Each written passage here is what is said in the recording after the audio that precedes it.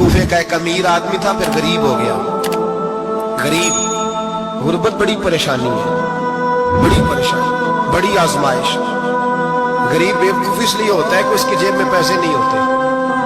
غریب مجبور اس لیے ہوتا ہے کہ اس کے پاس ہوتا کچھ نہیں نا، تو ساری آزمائشیں کٹھی آ جاتی. غریب آدمی تھا، محنت مزدوری کرتا لیکن پوری نہ ہوتی. وہ کہتا ہے ایک دن گلی میں ککڑی بیچنے والا آیا.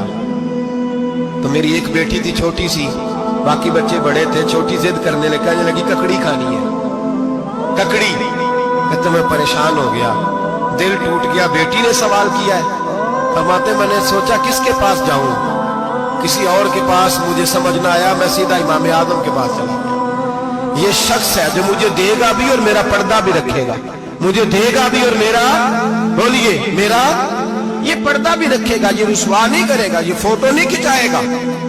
یہ فوٹو کھچا کے پہلے دن فیس بک پہ نہیں لگائے گا کہ میں غریبوں میں تھیلے بانٹ رہا ہوں. یہ اسی وقت اخبار والوں کو نہیں بلائے گا ایک تھیلا اور 6 اخباروں میں تصویریں.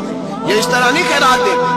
حضرت امام اعظم کے پاس گیا تو فرماتے رش بہت زیادہ تھا، میں امام صاحب سے بات ہی نہ کر سکا. واپس آ گیا، امام صاحب نے بندہ بھیجا، فرمایا پتہ کر یہ بندہ کسی ضرورت کے لیے آیا تھا، رش کی وجہ سے بات نہیں کر پایا. کہتے واپس میرے پیچھے بندہ بھیجا، وہ میرے گھر تک آیا.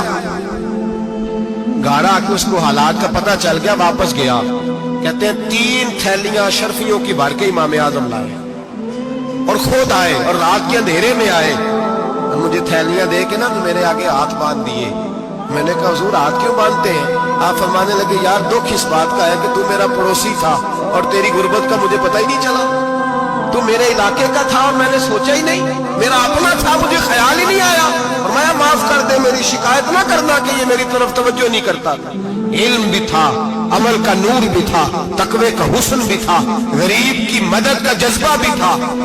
آج لوگوں پر مال کا فتنہ سوار ہوتا ہے، سب پر نہیں لیکن زیادہ لوگوں پر. جیسے جیسے مال آتا جاتا ہے ویسے ویسے عقل بھی آتی جاتی ہے، ویسے ویسے سیانے بھی ہوتے جاتے ہیں. کہتے ہیں وہ بھی کمائے وہ بھی کرے، میں تو ٹیکنیکلی بڑا ہوں، میں عقل مندی بڑی.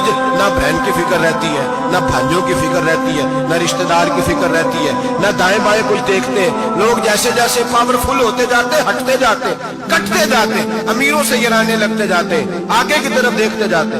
امام اعظم ابو حنیفہ رحمت اللہ علیہ نے ساری زندگی پیار کیا، محبت بانٹی، علم، فقاہت، تقوی، روشنی. آج لوگوں کو علم ہوتا ہے پر علم کا نور نہیں ہوتا. ہمیں بہت ساری باتوں کا پتہ ہوتا ہے پر وہ باتیں ہمارے لفظوں میں ہوتی ہیں. ہم اس کے حسن سے آگاہ، اور اگر میں یہ کہہ دوں کہ ہمیں ان باتوں پر یقین کامل نہیں ہوتا، کہہ رہے ہوتے ہیں ہم، سمجھتے ہیں، بڑی باتیں کرتے ہیں، لیکن ان باتوں کے پیچھے جو عمل کا جذبہ ہے وہ پھیکا ہوتا.